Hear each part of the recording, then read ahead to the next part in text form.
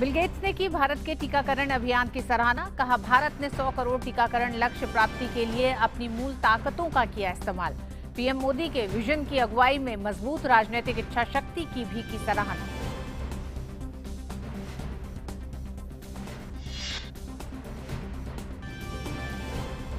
भारत का 52वां अंतर्राष्ट्रीय फिल्मोत्सव होगा बेहद खास और यादगार। 20 नवंबर से गोवा में होगा आयोजित। दुनिया के 2 बेहतरीन निर्देशकों को सत्यजीत रे लाइफ टाइम अचीवमेंट अवार्ड से किया जाएगा सम्मानित। वहीं हॉट प्लेयर्स को भी इस बार मिलेगा इफ्फी का मंच। इंग्लैंड नौसेना प्रमुख एडमिरल टोनी रॉटकिन भारत दौरे पर। भारतीय समकक्ष एडमिरल करमवीर सिंह के साथ की मुलाकात। कोंकण एक्सरसाइज का भी लेंगे जायजा। ब्रिटेन ने हिंद महासागर में उतारा अपना सबसे बड़ा पोत।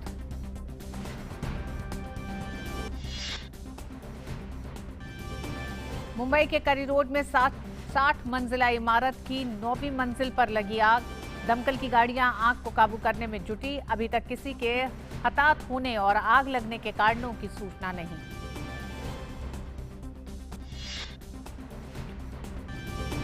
और खेल की खबरों में आईसीसी टी20 विश्व कप में नामीबिया और आयरलैंड के बीच होगा अहम मुकाबला। जीतने वाली टीम पहुंचेगी सुपर 12 में। वहीं सुपर 12 में जगह बना चुकी श्रीलंका का सामना होगा नीदरलैंड से।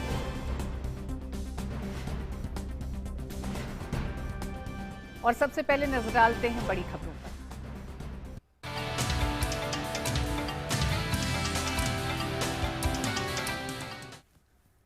प्रधानमंत्री नरेंद्र मोदी ने 100 करोड़ टीकाकरण का लक्ष्य हासिल करने के बाद आज पहली बार राष्ट्र को संबोधित किया। प्रधानमंत्री ने कहा कि 21 अक्टूबर 2021 को भारत ने असाधारण लक्ष्य हासिल किया है। पीएम ने अपने संबोधन में इस बड़ी सफलता का श्रेय देशवासियों को दिया।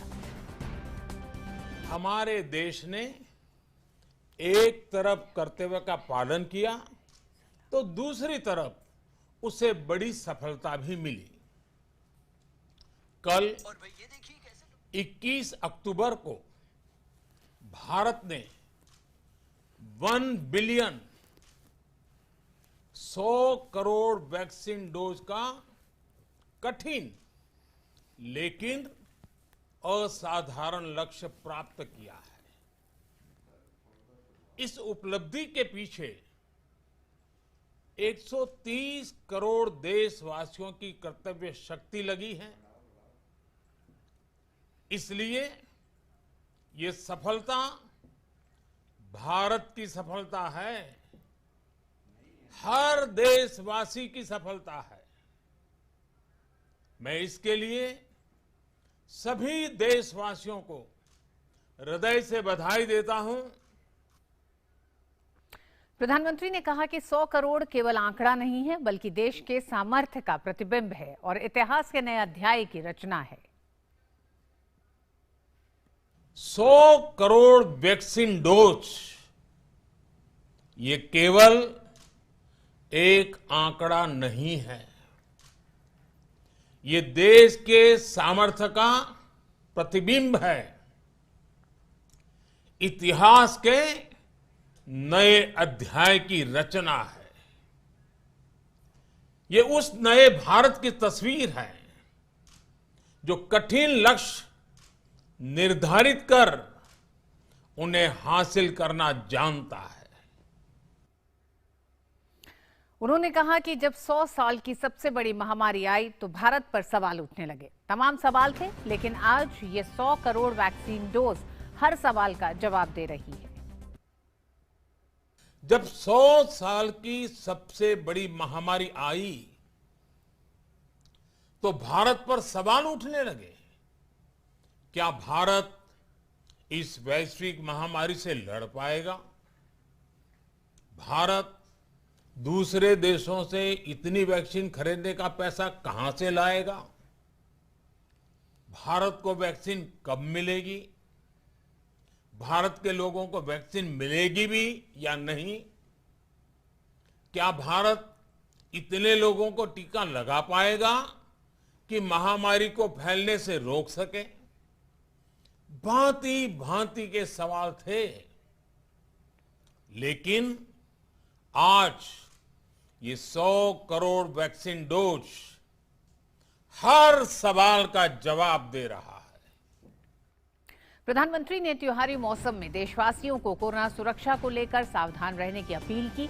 उन्होंने कहा कि देश बड़े लक्ष्य तय करना और उन्हें हासिल करना जानता है। पिछली दिवाली हर किसी के मन मस्तिष्क में एक तनाव था, लेकिन इस दिवाली 100 करोड़ वैक्सीन डोज के कारण एक विश्वास का भाव है। अगर मेरे देश की वैक्सीन मुझे सुरक्षा दे सकती है, तो मेरे देश का उत्पादन, मेरे देश में बने सामान मेरी दिवाली और भी भव्य बना सकते हैं। 100 करोड़ वैक्सीन डोज हमारे छोटे छोटे दुकानदारों, हमारे छोटे छोटे उद्यमियों, हमारे रेहड़ी पटरी वाले भाइयों बहनों, सभी के लिए आशा की किरण बनकर आई है। भारत की अर्थव्यवस्था पर भरोसा जताते हुए पीएम ने कहा कि विशेषज्ञ और देश विदेश की अनेक एजेंसियां भारत की अर्थव्यवस्था को लेकर बहुत सकारात्मक हैं। एक्सपर्ट्स और देश विदेश की अनेक एजेंसीज भारत की अर्थव्यवस्था को लेकर बहुत सकारात्मक है। आज भारतीय कंपनियों में न सिर्फ रिकॉर्ड इन्वेस्टमेंट आ रहा है, बल्कि युवाओं के लिए रोजगार के नए अवसर भी बन रहे हैं। पिछले महीनों में किए गए कई सारे रिफॉर्म्स, कई सारे इनिशिएटिव, गति शक्ति से लेकर नई ड्रोन पॉलिसी तक भारत की अर्थव्यवस्था को और तेजी से आगे बढ़ाने में बड़ी भूमिका निभाएंगे। और सुधाकर दास हमारे साथ जुड़ रहे हैं इस पूरी खबर पर। सुधाकर, प्रधानमंत्री ने तमाम उन उपलब्धियों को सामने रखा जो 100 करोड़ के आंकड़े के साथ भारत की ताकत को बताता है। ऐसे में मजबूत होती अर्थव्यवस्था और अर्थव्यवस्था की मजबूती के साथ त्योहार को जोड़ के जिन बातों को उन्होंने रखा है, उसके क्या मायने हैं? देखिए, बहुत महत्वपूर्ण और एक बहुत महत्वपूर्ण मौके पर प्रधानमंत्री का ये संबोधन हुआ है, जब देश ने इतनी बड़ी उपलब्धि, एक ऐतिहासिक, एक तरह से मील का पत्थर जिसको कहा जा सकता है, वो उपलब्धि हासिल की है। और निश्चित तौर पर एक ऐसे मौके पर ना सिर्फ देशवासियों के उस जज्बे को सलाम करना जो बीते 9 महीनों में देश ने महसूस किया, बल्कि उस एकजुटता, जन भागीदारी की भावना को एक तरह से उसकी तारीफ करना, तो साथ ही साथ जिस तरह का माहौल इस उपलब्धि की वजह से, इस वैक्सीनेशन अभियान की वजह से जो माहौल, जो मजबूती अर्थव्यवस्था में देखने को मिल रही है, वो जो आत्मविश्वास देश का बढ़ा रही है, उसका जिक्र करते हुए अब एक तरह से आने वाले समय में देश की जो उम्मीदें, आकांक्षाएं हैं, वो किस तरह से पूरी हो सकती हैं, उसकी बात करना तो बहुत महत्वपूर्ण कह सकते हैं। बेहद ही महत्वपूर्ण संबोधन और कई अहम संदेश जिसका जिक्र ऋतु आपने किया, चाहे वो संदेश जन भागीदारी के प्रयासों को सलाम करने की हो, चाहे वो संदेश ये कि भारत अब हर एक तरह से लक्ष्य को हासिल कर सकता है, तमाम चीजों को करने की क्षमता, बड़े सपने देखने की, बड़े लक्ष्यों को हासिल करने की क्षमता भारत में है। चाहे ये संदेश कि लोकल फॉर वोकल, उसको अब आगे बढ़ाते रहना है, चाहे ये संदेश कि अभी भी युद्ध चल रहा है, सजगता छोड़ने का समय नहीं आया। तो ये तमाम ऐसे संदेश थे जिसको देखते हुए कहा जा सकता है कि बहुत महत्वपूर्ण संदेश, और एक अहम वक्त पर जब त्योहारों का मौसम है और देश में उम्मीदें कुलांचे भर रही है, तो उस वक्त बेहद ही अहम उम्मीदों को के साथ आगे बढ़ते हुए जरूर सावधानी बरतते हुए त्योहार मनाएं हम। जी सुधाकर, इस मौके पर प्रधानमंत्री ने ये भी एक तरह से देशवासियों से अपील किया कि अपनी भारत की अर्थव्यवस्था को मजबूत करें, यानी कि जो लोकल सामान है उसकी ज्यादा से ज्यादा खरीद करें, उसी के साथ साथ तमाम एहतियात भी कोरोना को लेकर बरतें। जी बिल्कुल ऋतु, और देखिए ये एक इस बात का भी परिचायक है। 1-1.5 साल पहले उस वक्त को भी याद कीजिए जब N95 mask, PPE kit Bharat में उसका उत्पादन नहीं होता था। अब भारत ने किस तरह से अपनी क्षमता को बनाया, 150 से ज्यादा देशों को दवाओं की आपूर्ति की, करीब 100 देशों को वैक्सीन भेजा, 800 करोड़ से ज्यादा वैक्सीन का डोज। तो भारत ने अपनी क्षमता दिखाया और यही एक क्षमता भारत हर क्षेत्र में इसको हासिल कर सकता है। ये संदेश एक संकेत पीएम मोदी का था। और निश्चित तौर पर आज जब ग्रीन शूट्स ऑफ इकोनॉमी दिख रहे हैं, आज तमाम एजेंसियां ये कह रही है कि भारत दुनिया में सबसे तेजी से बढ़ती हुई अर्थव्यवस्था है। टॉप 10 एग्रीकल्चर एक्सपोर्टर्स कंपनी में हम शामिल हो चुके हैं। तो साथ ही साथ चाहे घर खरीदने वालों की संख्या हो या इकोनॉमी के जो तमाम जो पैरामीटर्स होते हैं, उन तमाम मोर्चों पर जो कामयाबी मिल रही है, तो वो इस बात का रिफ्लेक्शन है कि भारत ऑप्टिमिज्म इसकी बात उन्होंने की कि आशावाद का संचार कर रहा है, सिर्फ भारत के भीतर ही नहीं, पूरी दुनिया के भीतर। और एक तरह से निश्चित तौर पर ये एक बहुत महत्वपूर्ण उपलब्धि हमारे लिए है। और इस पर आगे बढ़ते हुए जरूर लोकल फॉर वोकल और मेड इन इंडिया को भारतवासियों को भी सपोर्ट करना पड़ेगा। जी, बहुत बहुत शुक्रिया सुधाकर इस पूरी बातचीत के लिए, प्रधानमंत्री के संबोधन और साथ ही साथ भारतीय अर्थव्यवस्था और आत्मनिर्भर भारत की ताकत को दिखाता है 100 करोड़ के आंकड़े को पार करना वैक्सीनेशन में। अब बात करेंगे ताजा खबर की।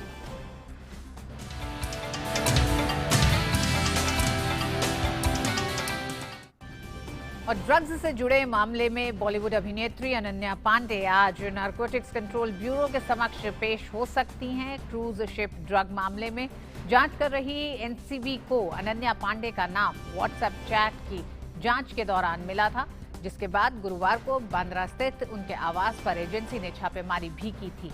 इसके बाद एजेंसी ने उनसे 2 घंटों तक पूछताछ की थी। आज अनन्या को वापस पूछताछ के लिए बुलाया गया है।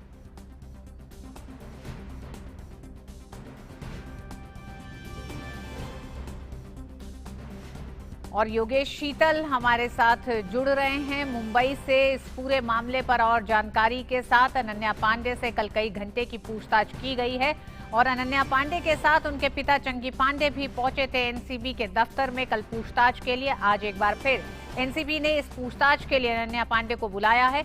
इसी पर और जानकारी के साथ हमारे साथ जुड़ गए हमारे संवाददाता योगेश शीतल।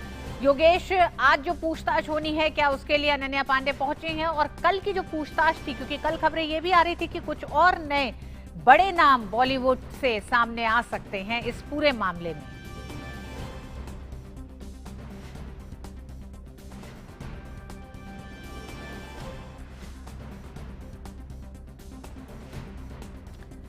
मुंबई का ये क्रूज ड्रग मामला कई परतें खोलता हुआ ये पूरा मामला है।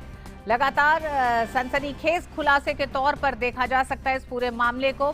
एक के बाद एक जिस तरह से पूछताछ आगे बढ़ रही है, नए नाम इसमें शामिल होते जा रहे हैं। और इसी मामले में आर्यन खान के बाद अब जो एक नया नाम जिसके इर्द गिर्द इस समय पूछताछ चल रही है, वो अनन्या पांडे हैं। अनन्या पांडे चंकी पांडे की बेटी हैं और पिता और पुत्री दोनों ही कल एनसीबी के दफ्तर में काफी लंबा समय बिता के आए हैं, जिसमें एनसीबी ने पूछताछ की है।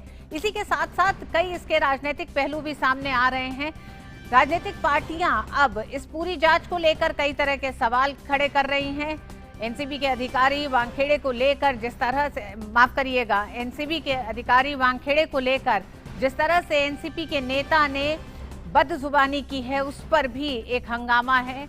और हमारे साथ जुड़ गए हमारे संवाददाता योगेश शीतल। योगेश, आज एक बार फिर अनन्या पांडे को बुलाया गया है पूछताछ के लिए, क्या वो पहुंची हैं? और कल की जो पूछताछ रही उसमें क्या सामने आया है?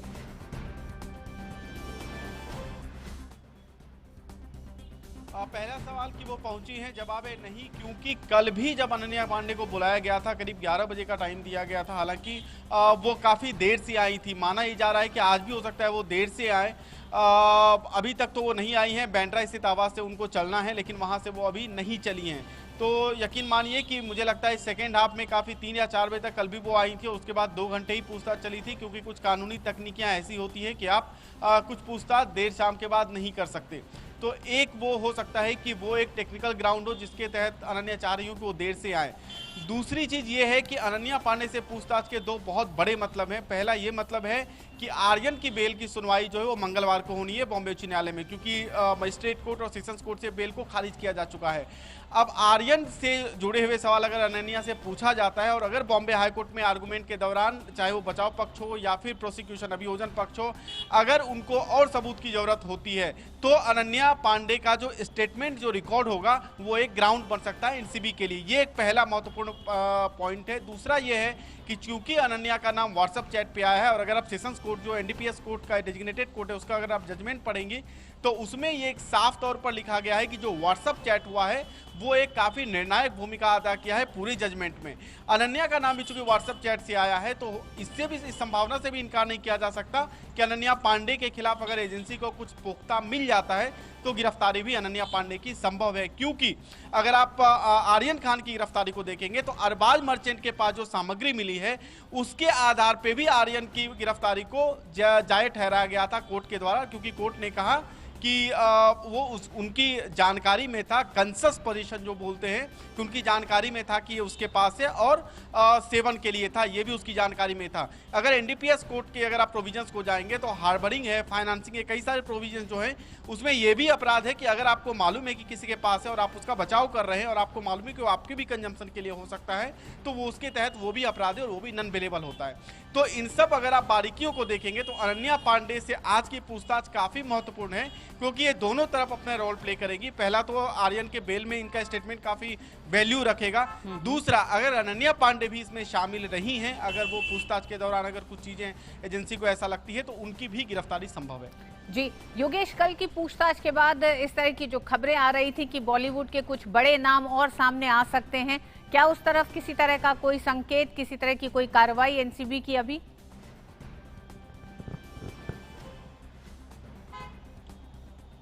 देखिए, जो एनसीबी के जनरल डायरेक्टर समीर वानखेड़े उन्होंने ही एक प्रेस कॉन्फ्रेंस में पिछले दिनों जब बात हुई थी तो उन्होंने ही साफ तौर पर कहा था कि वो पूरी तरीके से क्लीन करना चाहते हैं, ड्रग्स मेनेस जो है इसको पूरी तरीके से क्रैक डाउन करना चाहते हैं। तो इसमें बड़े नाम पहले ही बहुत सामने आ चुके हैं। अगर आप देखें तो जब पिछली बार जब एनसीबी पूछताछ कर रही थी, जब सुशांत सिंह राजपूत वाला मामला काफी उछला था तो उसमें काफी बड़े नाम आए थे। दीपिका पादुकोण का नाम आया था, सारा अली खान का नाम आया था, और भी कई सारी जो है श्रद्धा कपूर का नाम आया था, कई सारी अभिनेत्रियां हैं उनका नाम आया था, कई सारे जो छोटे मोटे कलाकार हैं उनकी गिरफ्तारियां भी हुई है।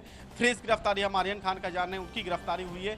तो कई बड़े नाम जो हैं वो सामने आएंगे, इससे ऑब्वियसली इनकार नहीं किया जा सकता। लेकिन जिस लाइन ऑफ इन्वेस्टिगेशन की अगर बात करें तो ये बेसिकली एक के बाद धागा खुलने जैसा पूरा इन्वेस्टिगेशन अभी चल रहा है, क्योंकि आर्यन की गिरफ्तारी हुई, आर्यन के रिविलेशन के आधार पर अचित कुमार की गिरफ्तारी हुई। कल फिर एनसीबी ने एक किसी आरोपी को डिटेन किया है, अभी हालांकि उसकी गिरफ्तारी ऑफिशियली नहीं शो की गई है और गिरफ्तारी होगी तो फिर उसको न्यायालय में पेश किया जाएगा। तो एक के बाद एक गिरफ्तारियां हो रही हैं इस मामले में। इसलिए आने वाले समय में किसके नाम सामने आएंगे, मुझे लगता है ये कंप्लीट मिस्ट्री है कि हो सकता है कोई भी चेहरा हो जो कि पर्दे के पीछे हो सकता है कि उसका नकाब हट जाए एनसीबी की जांच के दौरान। तो मुझे लगता है कि वो एक काफी स्पेकुलेशन वाली चीज है इस वक्त। योगेश, जो आप कह रहे हैं नकाब हटने की जो बात कर रहे हैं, क्या ये वही डर है जो राजनीतिक पार्टियां एक तरफ तो इस पूरे मामले पे जांच एजेंसियां काम कर रही हैं, लेकिन दूसरी तरफ नवाब मलिक जिस तरह का स्टेटमेंट दे रहे हैं और खासकर एनसीबी के समीर वानखेड़े के खिलाफ जो उन्होंने कहा है, क्या आपको लगता है कि राजनीतिक पार्टियां भी डरी हुई हैं इस पूरी जांच से, या क्या वजह लगती है नवाब मलिक का ये इस तरह का बयान देने का, और उस पर क्या प्रतिक्रिया विपक्ष की भी आ रही है?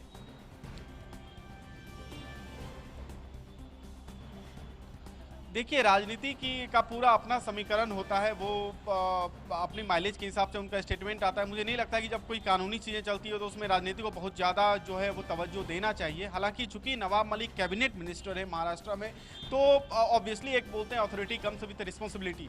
तो जब अथॉरिटी है उनके पास तो एक जवाबदेही भी उसमें समाहित रहती है। अलग बात है कि वो उसको किस तरीके से देखते हैं। पिछले दिनों जो नवाब मलिक के दामाद हैं उनकी भी गिरफ्तारी की गई थी ड्रग्स मामले में, वो भी गिरफ्तार हुए थे। इसको एक तरीके से उससे भी जोड़ा जा सकता है कि पहले से खार खाए बैठे हुए हैं समीर वानखेड़े से और इस कारण स्टेटमेंट वगैरह इशू हो रहा है।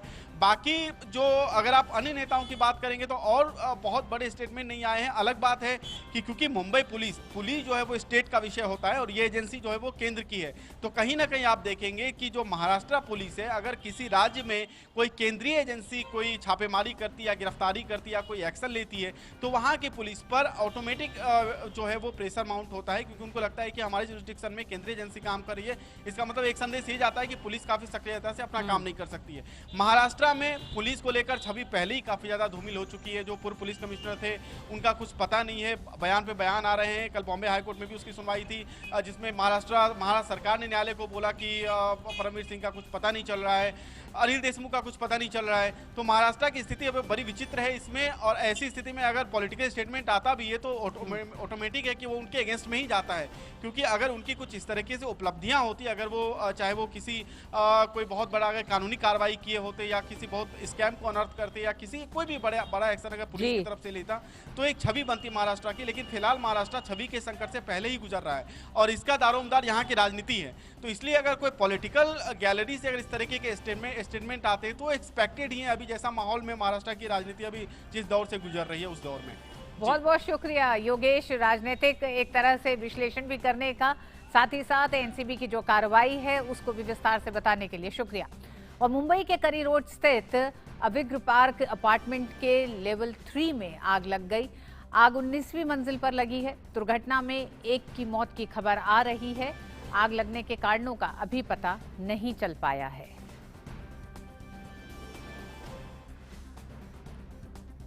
और आइए अब नजर डालते हैं अन्य राष्ट्रीय खबरों पर।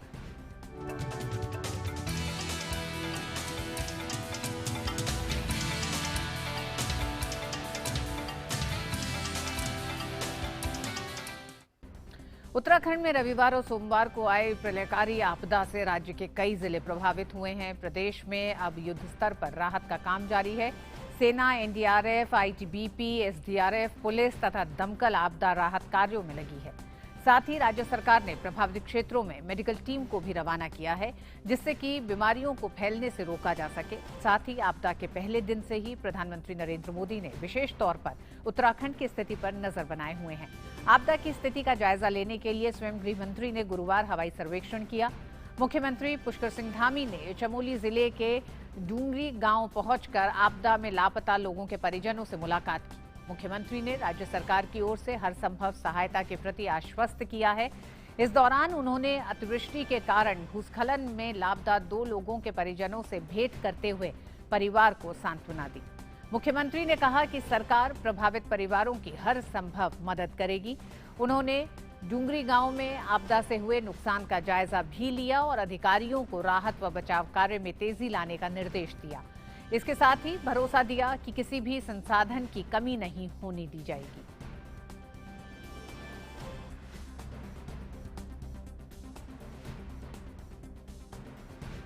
और उर्मिलेश हमारे साथ जुड़ गए हैं देहरादून से। उर्मिलेश, अब सबसे पहले तो ये जानना चाहेंगे, लगातार जिस तरह से बचाव कार्य चल रहा है उसकी प्रगति क्या है और आज की मौजूदा स्थिति क्या दिखाई दे रही है? बिल्कुल, जिस तरीके से हम अपने दर्शकों को खबरों में लगातार बता रहे हैं कि सोमवार, रविवार और सोमवार को यहाँ पे प्रलंकाई जो आपदा आई थी उससे उत्तराखंड में 2 रीजन होते हैं, गढ़वाल रीजन है, एक कुमाऊं रीजन है। तो कुमाऊं रीजन की खास अगर बात की जाए तो उसमें नैनीताल, उधमसिंह नगर, अल्मोड़ा, पिथौरागढ़, बागेश्वर, चंपावत डिस्ट्रिक्ट जो है काफ़ी प्रभावित हुए हैं। साथ ही अगर गढ़वाल की बात की जाए तो पौड़ी, चमोली और टिहरी, उत्तरकाशी आंशिक रूप से हुए हैं। आज जैसे कि हमने खबरों में भी बताया कि आज उत्तराखंड के जो सीएम है पुष्कर सिंह धामी, वो आज चमोली और पौड़ी में जो आपदा जो प्रभावित लोग हैं उनसे मिले हैं, उनके परिजनों से मिले हैं। उनसे मिलकर के तमाम जो आपदा के जो वहाँ पर जो काम चल रहा है, आपदा के जो रेस्क्यू चल रहा है, आपदा के जो तमाम जो तैयार राहत वहाँ पर चल रही है आपदा से, उसका जायजा वहाँ पर लिया। साथ ही आला अधिकारियों से उन्होंने वहाँ पर बात की है। ऋतु, जैसे कि हमारे दर्शक भी जानते हैं कि उत्तराखंड में जो पहाड़ का जो एरिया है उसमें तमाम भौगोलिक परिस्थितियां हैं, तो लिहाजा वहाँ पर जो राहत का काम है फौरी तौर पर उससे कहीं ना कहीं कई सारी दिक्कतें आती है। लेकिन सरकार जो है, राज्य सरकार, केंद्र सरकार, तमाम एजेंसियां जो है वहां पर राहत का काम पहुंचाने का काम कर रही है। साथ ही जैसे कि कल यहाँ पर गुरुवार को यहाँ पर केंद्रीय गृह मंत्री अमित शाह ने हवाई सर्वेक्षण किया था और आकर के उन्होंने तमाम केंद्र राज्य के जो आला अधिकारी है उनसे मीटिंग की थी। उस मीटिंग में उत्तराखंड के सीएम सहित तमाम और मंत्रीगण भी मौजूद थे, जहाँ पे उन्होंने तमाम जो हालात था उसका जायजा लिया, उससे बात की और साथ ही हर संभव, जैसे कि हम लगातार कल से अपने दर्शकों को बता रहे हैं कि हर संभव जो है मदद देने की बात की है केंद्र से। साथ ही जैसे कि हमने अपने खबरों में बताया ऋतु कि प्रधानमंत्री करीब से इसे जो है नजर बनाए हुए हैं, साथ ही उन्हें मुख्यमंत्री से भी लगातार बात कर रहे हैं। इस तरीके से ऋतु, एक सबसे बड़ी बात यह है कि जिस क्षेत्र में आपदा आई है वहां पर आपदा प्रबंधन के लोग लगातार काम कर रहे हैं राहत का। यहाँ देहरादून से जो क्योंकि तमाम जगहों पे जो मेडिकल की टीम भेजी गई, क्योंकि आपदा के बाद वहाँ पे कोई बीमारियां नहीं फैले, कोई इस तरीके से कोई दिक्कत ना हो, तो मेडिकल की टीम यहाँ वहाँ से भेजी गई है। साथ ही एक बड़ी बात है कि अगर केंद्र सरकार में जैसे प्रधानमंत्री और गृह मंत्री लगातार इस आपदा को करीबी से देख रहे हैं, तो निश्चित तौर से जो आपदा से जो प्रभावित लोग हैं उनको कहीं ना कहीं ये महसूस होता है कि इस घड़ी में जब वहाँ पर जो है इस तरीके का प्रलंकाई आपदा आई है तो कहीं ना कहीं सरकार उनके साथ खड़ी है, उनके दुख में खड़ी है। तो निश्चित तौर से दूसरी तरफ जो है आपदा प्रबंधन में जो लोग लगे हुए हैं, राहत के कामों में जो एजेंसियां लगी हैं, उनका भी मनोबल बढ़ता है कि कहीं ना कहीं इससे जब गृह मंत्री प्रधानमंत्री उनका हौसला अफजाई करते हैं तो उनका भी जो है मनोबल बढ़ता है राहत काम करने में। ऋतु बिल्कुल उर्मिलेश, और उर्मिलेश एक बड़ा झटका कुमाऊं मंडल के पर्यटन को भी लगा है। तमाम जो संस्थाएं हैं, तमाम होटल के जो मालिक हैं, उनमें जो अगले 2 महीने 3 महीने तक की बुकिंग थी वो सब कैंसिल कर दी गई हैं। किस तरह से इसकी भी भरपाई की जाएगी जो पर्यटन क्षेत्र को एक इतना बड़ा नुकसान हुआ है? हालांकि पैकेज की घोषणा हुई है। जी ऋतु, बिल्कुल जैसे कि सरकार की हर संभव कोशिश रही है, केंद्र सरकार और राज्य सरकार एजेंसियों की कोशिश रही है कि जल्द से जल्द यहाँ पर, क्योंकि यहाँ पर कई सारी सड़कें जो हैं इस आपदा से प्रभावित हुई हैं, तो अब मुश्किल से 2 या 3 ऐसी जो सड़कें हैं, हाईवे हैं, जिन पे अभी काम चल रहा है, थोड़ा सा देर से वो खुल सकते हैं, लेकिन बाकी सड़कों पे यातायात जो है सुचारू रूप से चल गया है। वहीं आप देख सकते हैं कि सरकार ने जिस तरीके से आपदा में काम किया है, तो पहले जितने भी श्रद्धालु जो तीर्थ यात्री उत्तराखंड 4 धाम यात्रा के लिए यहाँ पर आ रहे थे, उनको रोक दिया गया था, उनको सुरक्षित जगह पर भेज दिया गया था। लेकिन अब जो है दोबारा से जो 4 धाम यात्रा है उसको शुरू कर दिया गया है। हालांकि ये बात आपने भी कही है कि जो कुमाऊं मंडल है उसमें कुमाऊं मंडल में तमाम जो पर्यटक, क्योंकि उत्तराखंड में हमारे दर्शक जानते हैं, तमाम हमारे जो लोग हैं वो जानते हैं करीबी से उत्तराखंड को, उत्तराखंड में पर्यटक एक आर्थिक की रीढ़ रज्जु है, तो लिहाजा यहाँ पर निश्चित तौर से कहीं ना कहीं पर्यटक को भारी नुकसान हुआ है। जब हमने इस बारे में मुख्यमंत्री और तमाम जो पर्यटक मंत्री उनसे बात की, उन्होंने कहा कि निश्चित तौर से हम कोई ना कोई ऐसी योजना बनाएंगे, कोई ना कोई ऐसा हम लोग काम करेंगे जो जिससे कि वहाँ पर जो होटल व्यवसायी है या होटल से जुड़े लोग हैं या पर्यटक से जुड़े लोग हैं उनको किसी न किसी तरीके से सहायता मिल पाए। ऋतु जी, बहुत बहुत शुक्रिया उर्मिलेश इस पूरी जानकारी के लिए उत्तराखंड से। और मिड डे प्राइम में यहाँ वक्त एक छोटे से ब्रेक का, आप देखते रहिए डीडी न्यूज।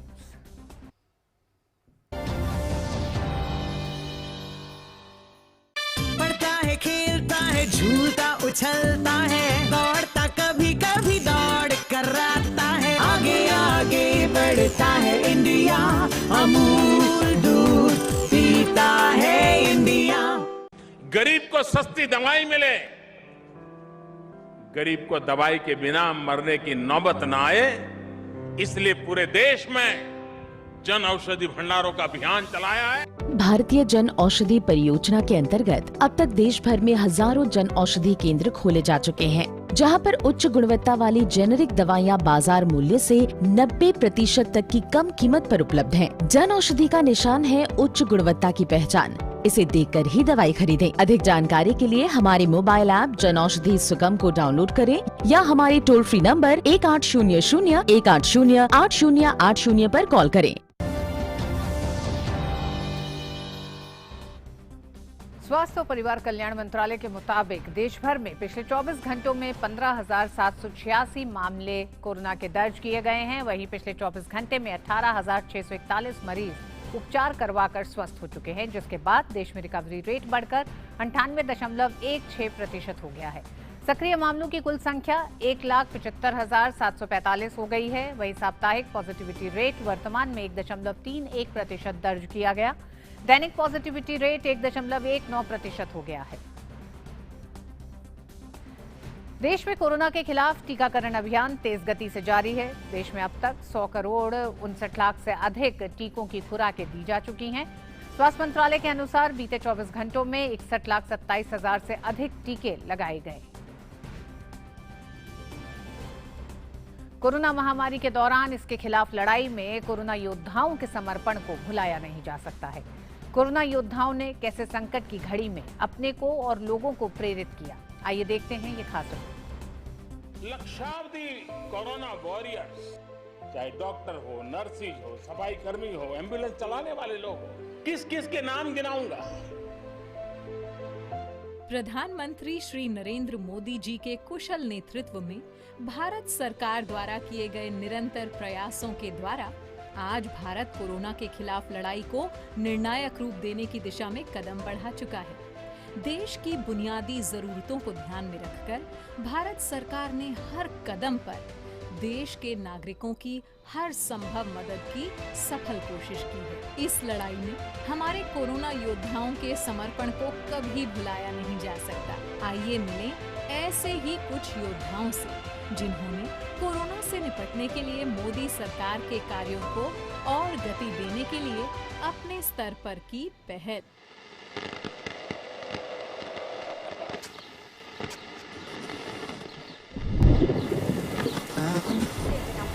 ഇന്ന് നിങ്ങളെ കൂട്ടാ ನಾನು അശ്വതി.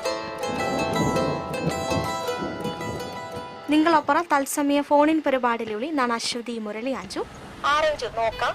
ഹലോ നമസ്കാരം. ഹലോ ನಾನು മാനന്തവാടി ഗീത ആഞ്ചു. ഗീത പറഞ്ഞോ എന്റെ സംശയം നാം മാസ്ക് എന്തിനു വേണ്ടി ഉപയോഗിക്കുന്നത് അവരുടെ ആവശ്യത്തെ ഗീതക്കും അവനെ കുറിച്ച് ഞാൻ പറഞ്ഞു തരാം. തുപ്പലൊക്കെ തെറിക്കുന്നതിൽ കൂടി ആഞ്ചു ഈ അണുബാധ പകരുകയും ചെയ്യും. അപ്പോഴൊക്കെ ആ ഒരു അണുബാധ പകരുകയും ചെയ്യും. അതായത് മറ്റുള്ളവരായിട്ട് സംസാരിക്കുന്നതൊക്കെ നമ്മ തുപ്പലൊക്കെ തെറിക്കും. അവരുടെ വായനത്തുള്ള തുപ്പലും. വയനാട് ജില്ലയിലുള്ള 18% ആളുകൾ ആദിവാസി വിഭാഗത്തിൽപ്പെട്ടവരാണ്.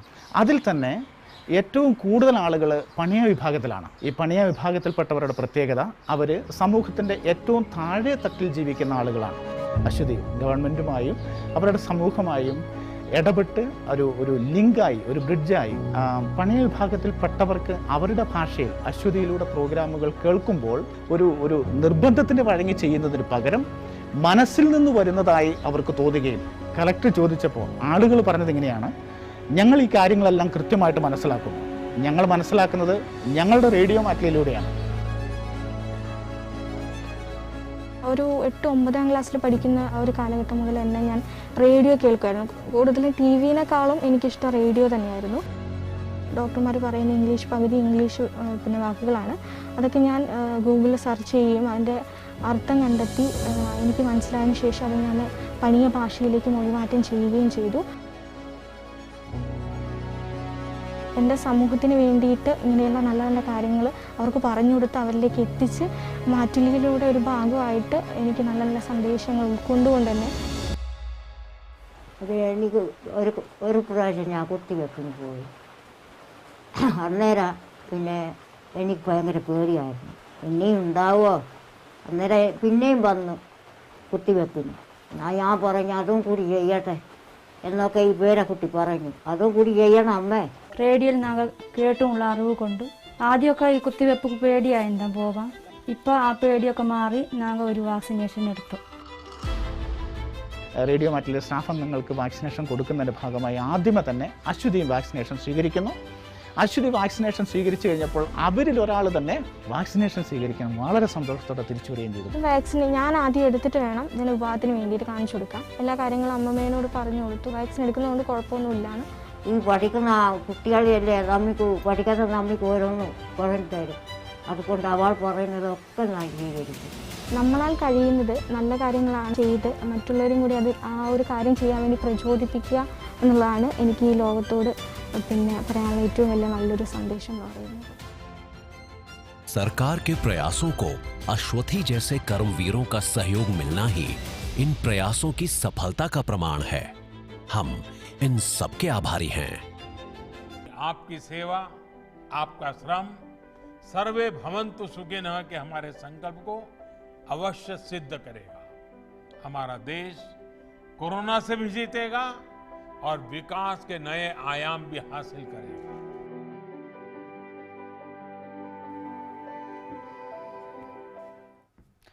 और कोरोना महामारी के खिलाफ लड़ाई में भारत ने जिस तरह की भूमिका अदा की है उसकी दुनिया तारीफ कर रही है। देश ने 100 करोड़ टीकाकरण के लक्ष्य का ऐतिहासिक रिकॉर्ड स्थापित किया है।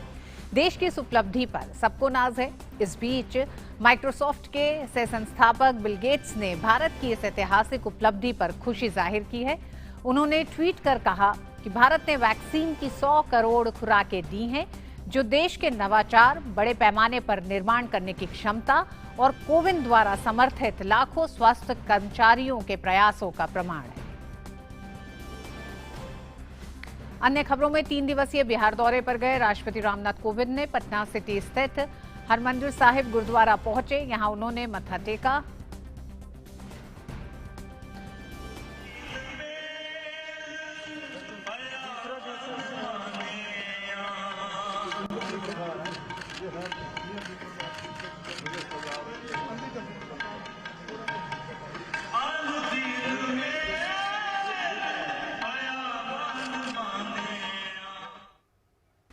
राष्ट्रपति खादी मॉल भी गए। राष्ट्रपति ने मॉल में महात्मा गांधी की प्रतिमा को खादी की माला पहनाई।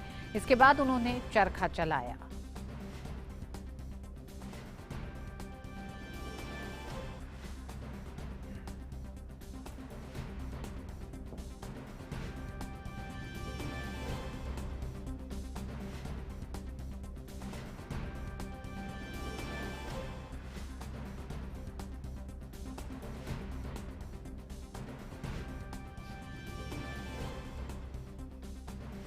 Housing and urban development corporation ने CSIR के तहत 5 एडवांस एम्बुलेंस राम मनोहर लोहिया और सफदरजंग अस्पताल को दी है।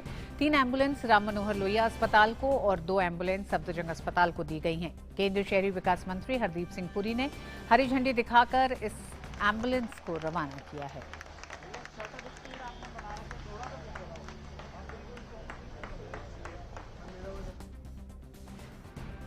ब्रिटेन के फर्स्ट सी लॉर्ड और नौसेना प्रमुख एडमिरल टोनी रॉटकिन भारत के दौरे पर है। उन्होंने आज नौसेना प्रमुख एडमिरल करमवीर सिंह से मुलाकात की।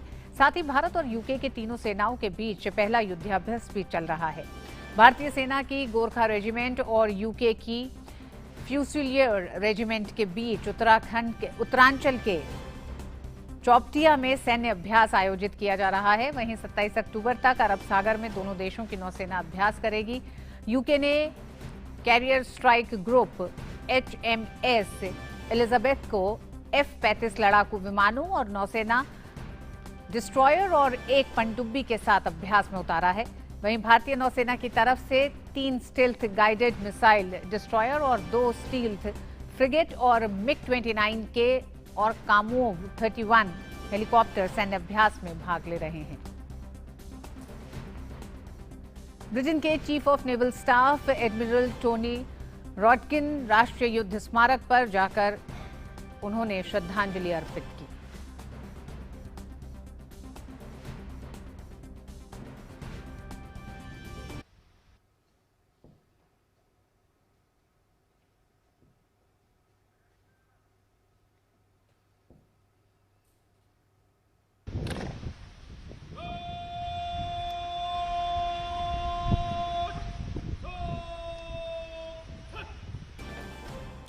भारत का 52वां अंतर्राष्ट्रीय फिल्मोत्सव गोवा में आगामी 20 नवंबर से आयोजित होगा। सूचना एवं प्रसारण मंत्री अनुराग सिंह ठाकुर ने राजधानी नई दिल्ली में फिल्म महोत्सव से जुड़े अहम आकर्षणों की घोषणा की। इस मौके पर सूचना एवं प्रसारण राज्य मंत्री एल मुरुगन, सूचना एवं प्रसारण सचिव अपूर्व चंद्रा व फेस्टिवल निदेशक चैतन्य प्रसाद भी मौजूद थे। 20 से 28 नवंबर 2021 जब दुनिया भर के सिने प्रेमियों की निगाहें होंगी भारत पर, क्योंकि भारत के सबसे खूबसूरत राज्यों में शुमार गोवा में आगाज होगा भारत के 52वें अंतर्राष्ट्रीय फिल्मोत्सव का। इफ्फी 2021 के लिए उल्टी गिनती शुरू हो गई है। कोरोना की तमाम चुनौतियों का कड़ाई से मुकाबला करते हुए इस बार का इफ्फी बेहद खास और अब तक के सबसे यादगार महोत्सवों में से एक होने वाला है। कई ऐसे खंड और पहल होने वाली हैं जो इफ्फी के इतिहास में पहली बार होंगी। 52वें इफ्फी में सत्यजीत रे लाइफ टाइम अचीवमेंट अवार्ड से दुनिया के 2 बेहतरीन निर्देशकों को सम्मानित किया जाएगा। विश्व के महानतम निर्देशकों में शामिल मार्टिन स्कोर्सेज़ी और हंगरी के अक्लेम्ड डायरेक्टर ऑस्कर विजेता इस्तेवान सासबो को सत्यजीत रे लाइफ टाइम अचीवमेंट अवार्ड से नवाजा जाएगा। भारत मना रहा है स्वतंत्रता का 75वां वर्ष, आजादी का अमृत महोत्सव। इसलिए पहली बार पूरे देश से 75 रचनात्मक युवाओं को मौका दिया जा रहा है इफ्फी के मंच पर अपनी प्रतिभा का प्रदर्शन करने का, इफ्फी में शिरकत कर रहे दिग्गजों से रूबरू होने का। ज्यूरी, निर्देशन, पटकथा लेखन, अभिनय जैसे 7 क्षेत्रों के पैमाने पर उन्हें परखेगी और उनका चयन किया जाएगा। युवाओं के लिए आवेदन की अंतिम तारीख 31 अक्टूबर है। आइए इफ्फी में भाग लीजिए। International film festival of India एक ऐसा प्लेटफॉर्म है जहां पर उभरती हुई प्रतिभाओं को भी अपनी प्रतिभा दिखाने का मौका मिलता है। अंतर्राष्ट्रीय फिल्मों से लेकर राष्ट्रीय फिल्मों को वहां पर दिखाने का मौका मिलता है, रीजनल फिल्मों का दिखाने का मौका मिलता है। अब तो OTT प्लेटफॉर्म्स पर जो दिखाया जाता है वो भी इस बार ईफी पर आपको देखने को मिलेगा। ये अपने आप में एक बड़ी उपलब्धि है, एक मौका है एक ऐसे 75 युवा क्रिएटिव माइंड्स को भी आगे आने का, जो अप्लाई कर सकते हैं, जिनको चिन्हित किया जाएगा और उनको अवसर मिलेगा इंडस्ट्री लीडर से मिलने का वहाँ पर और मास्टर क्लास अटेंड करने का। तो आइए जुड़िए इस बार के ईफी से। अगर आप में है दम तो बढ़ाओ कदम। कोरोना काल में ओटीटी प्लेटफॉर्मों की लोकप्रियता ने नए आयामों को छुआ। इस बार ओटीटी प्लेयर्स को मिलेगा इफ्फी का मंच। नेटफ्लिक्स, सोनी लिव, वूट, अमेजन प्राइम समेत 5 बड़े ओटीटी प्लेटफॉर्म इस बार इफ्फी में करेंगे अपनी फिल्मों और सीरीज का इंटरनेशनल प्रीमियर। इफ्फी 2021 की ओपनिंग फिल्म होगी कार्लोस स्वारा निर्देशित the king of all the world. Midfest film होगी the power of the dog.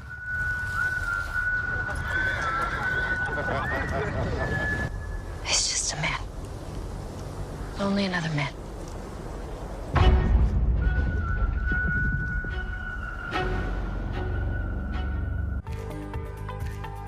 दुनिया भर के प्रमुख फिल्म समारोह में सराहना बटोर चुकी 30 फिल्मों का इस बार इफ्फी में प्रदर्शन होगा। पेरिस का मशहूर school of visual communication and arts goblin school of image virtual master class का आयोजन करेगा। इस बार अंतर्राष्ट्रीय खंड के लिए रिकॉर्ड संख्या में 694 प्रविष्टियां प्राप्त हुई हैं। अंतर्राष्ट्रीय प्रतियोगिता के लिए ज्यूरी की भी घोषणा हो गई है। ज्यूरी की चेयरपर्सन है critically acclaimed Iranian film maker Rakhshan Banietemad, जिन्हें first lady of Iranian cinema भी कहा जाता है। स्टीफन वुली निर्माता निर्देशक यूनाइटेड किंगडम, श्रीलंकाई फिल्म निर्माता Vimukthi Jayasundara, Oscar nominated Colombian film maker Ciro Guerra और कई राष्ट्रीय एवं अंतर्राष्ट्रीय पुरस्कार जीत चुके भारतीय निर्माता निर्देशक नील माधव पांडा। इफ्फी के साथ साथ ब्रिक्स फिल्म समारोह का आयोजन भी किया जा रहा है। इस बार इफ्फी में 5 फोकस देश हैं: ब्राजील, रूस, चीन, भारत और साउथ अफ्रीका। दुनिया के सबसे प्रतिष्ठित फिल्म महोत्सवों में शुमार इफ्फी के 52वें संस्करण को लेकर उत्सुकता बढ़ती ही जा रही है। कोरोना काल की चुनौतियों के बावजूद इसके आकर्षण में जरा भी कमी नहीं आई है और विश्व भर से फिल्म निर्माता, निर्देशक, अभिनेता और सिने प्रेमी बेताब हैं एक बार फिर इफ्फी का हिस्सा बनने के लिए। Jaya Sinha, DD news, Delhi. और मीडिया प्राइम में अब वक्त है अर्थ जगत से जुड़ी खबरों का।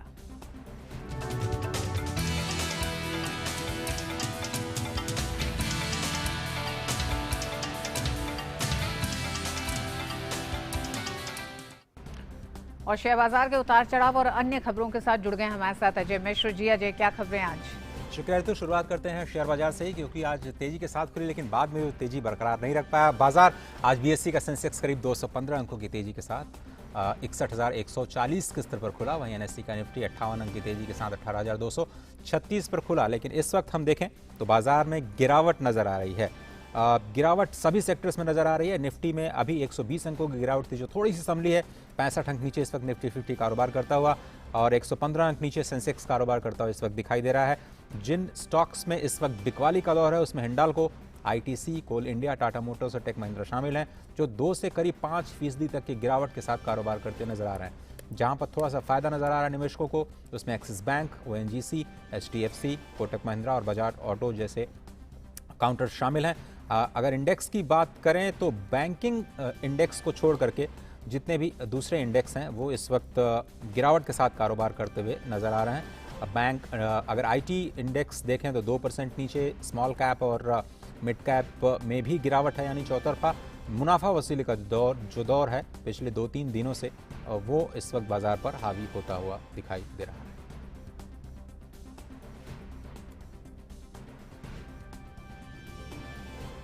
और अब कच्चे तेल की बात करते हैं। कच्चा तेल आज शुक्रवार को थोड़ा सा नीचे गिरा और आपको बताएं कि 7 हफ्तों में ये पहली बार गिरावट देखी गई है, इसलिए इंपॉर्टेंट खबर है। कल का अगर हम स्तर देखें तो जो ब्रेंट कच्चा तेल है वो 3 सालों के उच्चतम स्तर पर था। 50 सेंट्स की कमी आज देखी गई है। $84.11 प्रति बैरल का स्तर जो है वो ब्रेंट का दिखाई दिया है।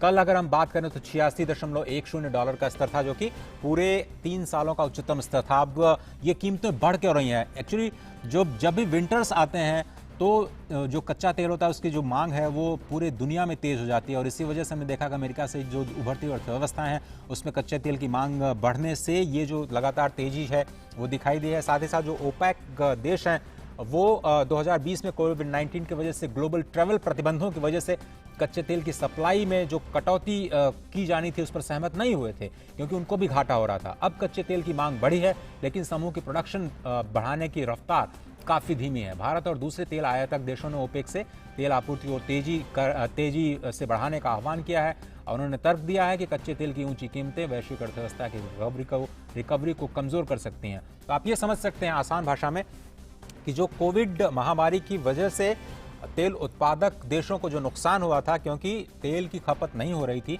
उसकी कमी को पूरा करने के लिए उन्होंने धीरे धीरे जो दाम है उसको बढ़ाना शुरू किया। $86 के ऊपर ये दाम बढ़ गए।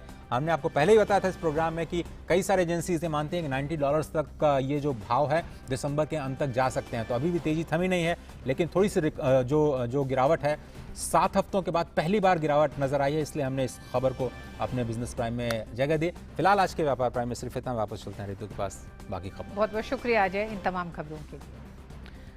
और आइए अब बात उन खबरों की जो दुनिया भर में सुर्खियों में छाई हुई हैं।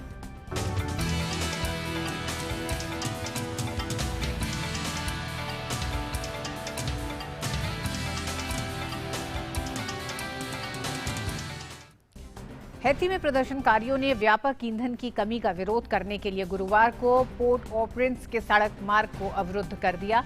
हैती के ट्रक ड्राइवरों ने शुरुआत में ईंधन की कमी के विरोध में हड़ताल की योजना बनाई थी लेकिन गुरुवार के प्रदर्शनों का नेतृत्व बड़े पैमाने पर मोटरसाइकिल चालकों द्वारा किया गया था जो इस बात से नाराज थे कि वे ईंधन की कमी के कारण पर काम नहीं कर पा रहे हैं। अधिकारियों ने हाल ही में 5 गैलन कंटेनरों में ईंधन की बिक्री पर भी प्रतिबंध लगा दिया है। कमजोर मुद्रीकरण, बढ़ते अपराध और सरकारी अधिकारियों के खिलाफ दर्ज भ्रष्टाचार के आरोप जैसे मुद्दे कैरेबियाई द्वीप में विरोध प्रदर्शनों को जन्म दे रहे हैं। नेपाल में मानसून की बारिश के बाद आई अचानक बाढ़ और भूस्खलन से 100 से अधिक लोगों की जान चली गई है। सरकार ने यह भी कहा कि आपदा के बाद से लगभग 41 लोग अभी भी लापता हैं। इस साल देर से आई मानसून की बारिश ने नेपाल को परेशान कर दिया। नदियों में आई बाढ़ के कारण घरों और सड़कों में पानी भर गया और धान की फसल भी पानी में डूब गई।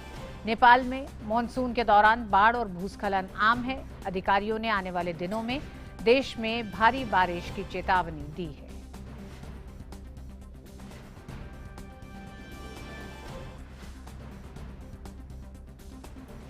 और मिड डे प्राइम में अब देखते हैं खेल जगत से जुड़ी खबरें।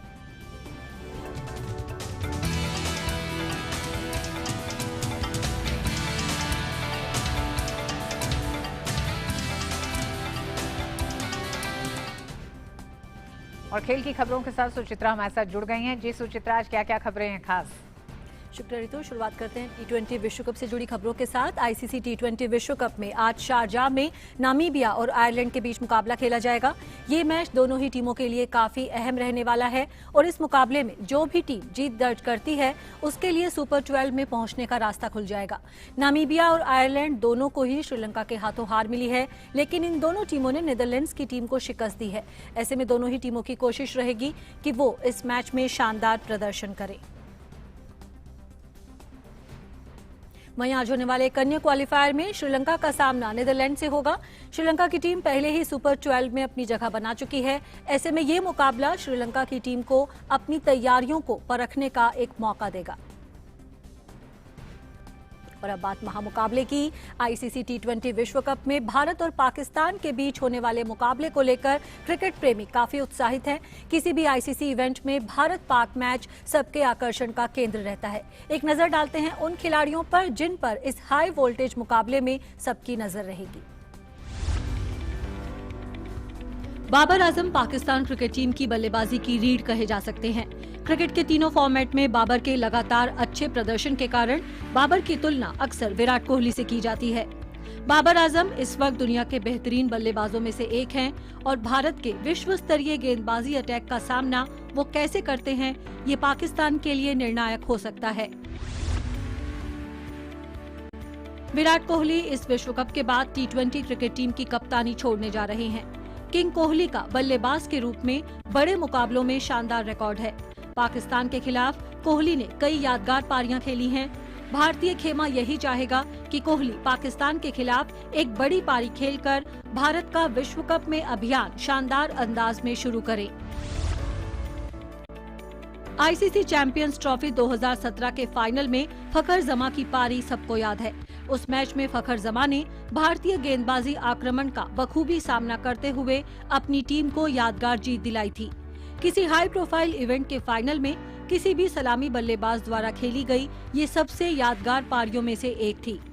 फखर जमा इस विश्व कप में भी अपने अच्छे प्रदर्शन से अपनी अलग छाप छोड़ना चाहेंगे। रोहित शर्मा उन चुनिंदा सलामी बल्लेबाजों में से एक हैं जो नियमित अच्छा प्रदर्शन करते हैं। क्रिकेट के छोटे फॉर्मेट में रोहित सबसे खतरनाक ओपनर्स में से एक माने जाते हैं।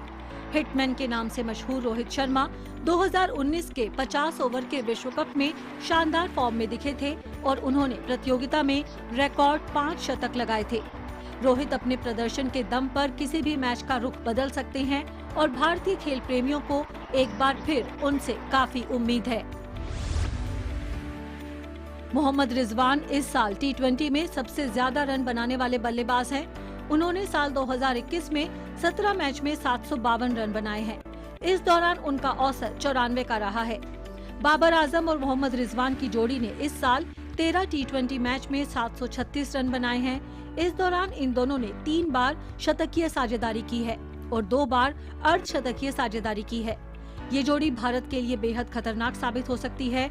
भारतीय गेंदबाजों को हर हाल में इनको जल्दी आउट करने का तरीका ढूंढना होगा। भारत पाकिस्तान के मैच में यूं तो नजर कई विश्व स्तरीय बल्लेबाजों पर रहेगी, लेकिन एक गेंदबाज ऐसा है जो इस मैच में जान फूंक सकता है और वो है जसप्रीत बुमराह। भारतीय टीम के तीनों फॉर्मेट में लगातार अच्छे प्रदर्शन के पीछे एक बड़ा कारण बुमराह की गेंदबाजी है। भारत T20 विश्व कप में कितनी आगे तक जाता है, ये बहुत कुछ जसप्रीत बुमराह के प्रदर्शन पर निर्भर करेगा।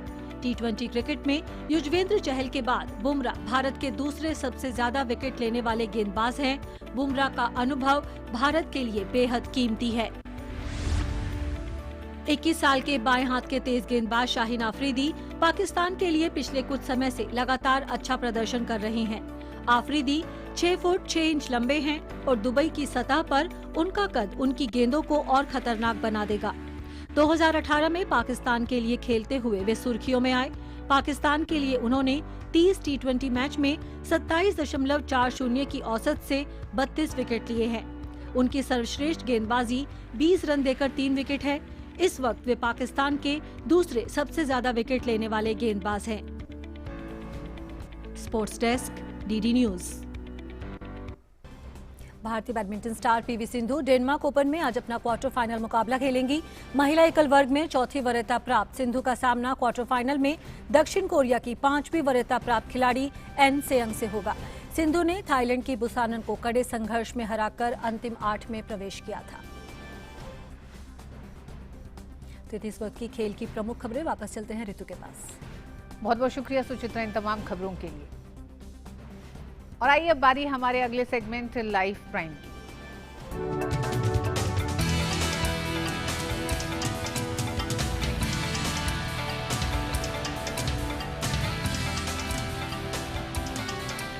केंद्रीय स्वास्थ्य मंत्री मनसुख मांडविया ने 100 करोड़ टीकाकरण के मौके पर एक गीत और ऑडियो विजुअल फिल्म लॉन्च किया है। गीत को कैलाश खेर ने अपनी आवाज दी है। मुझको हमें दीजिए अनुमति, DD न्यूज पे खबरें जारी रहेंगी।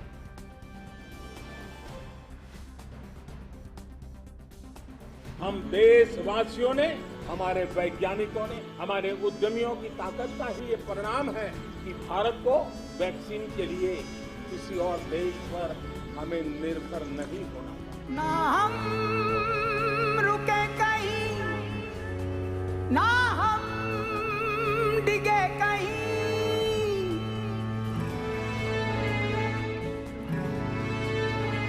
ना हम रुके कहीं, ना हम डिगे कहीं, शत्रु हो कोई भी हम झुके नहीं। दुश्मन के शस्त्र जो हो 1000 शतकोटि कवच से हम तैयार। मेरे भारत का ये विश्वास है, सब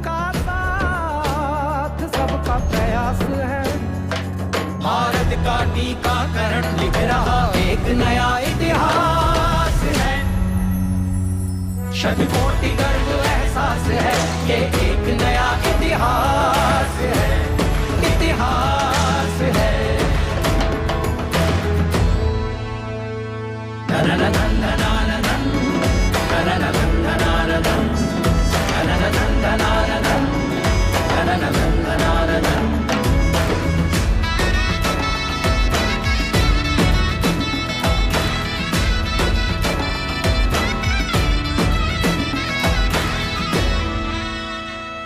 जो दे रहे 100 करोड़ को जीवन, उन हाथों को शत शत नमन।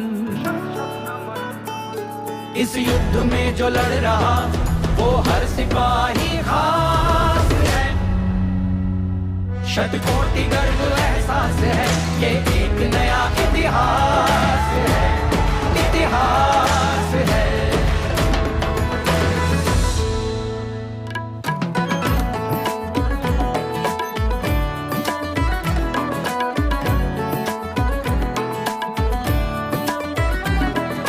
रणभूमि के सारथी पर मेरे देश को विश्वास है। सबका